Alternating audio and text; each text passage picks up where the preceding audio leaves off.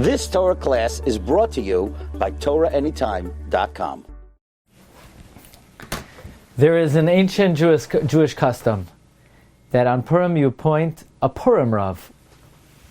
Now, this really dates back many hundreds of years.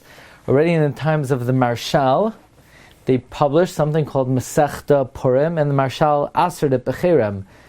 Nevertheless, for hundreds of years, there's a minhag in Klal Yisrael, or a practice, that people get up and they say Purim Torahs, which are completely made up, and they're basically nonsense. But the Chassam Sofer even quotes Masechta Chulan on Daf Zayin that his Rebbe, the Hafla, once said a Chidush, B'Simchas Purim, and the Chassam Sofer said, even though he said it B'Simchas Purim, he uses it to some extent la halacha. And that was the minhag in many communities, not like they do today, where the Purim Torah is absolute nonsense, but it was based on chachma. Maybe it was not what we call ois gehalten lahalacha. It did not. It was not. You cannot learn out halacha from it, and it was not something you could paskin from. But nevertheless, it did exercise the mind. It was something that.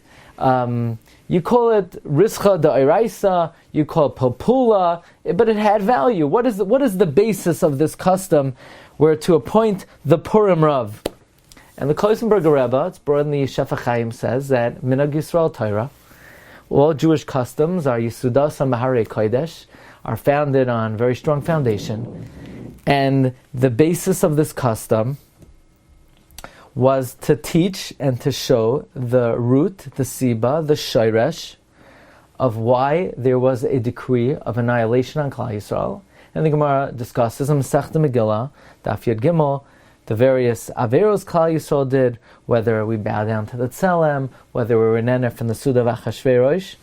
And the main reason was, says the Kloisenberger Rebbe, is that they had people who were able to provide justification in a very warped and crooked and improper way, but to rationalize their behavior. And they said, well, it's not really a tzelem, it's not really avodah zarah, you're allowed to bow down to it, you're allowed to drink wine because it's only midrabanan and it's bikoach nefashos and we'll eat less than the shear. And they came up with all kinds of bogus heterim, maybe based on some kernel of truth, but ultimately not ois gehalten. It was what we call Purim Torah. That's the reason for the Jewish failure in the times of Achashverosh. That they didn't sin outright, but they had their so-called chachamim, who gave dubious and questionable heterim, and they followed, so to speak, the Purim Rav. So Minhag Yisrael Torah is on Purim. We appoint someone, and he says Purim Torah, and he says Torah that may have some element of truth to it, but ultimately it's not ois gehalten, it's not correct.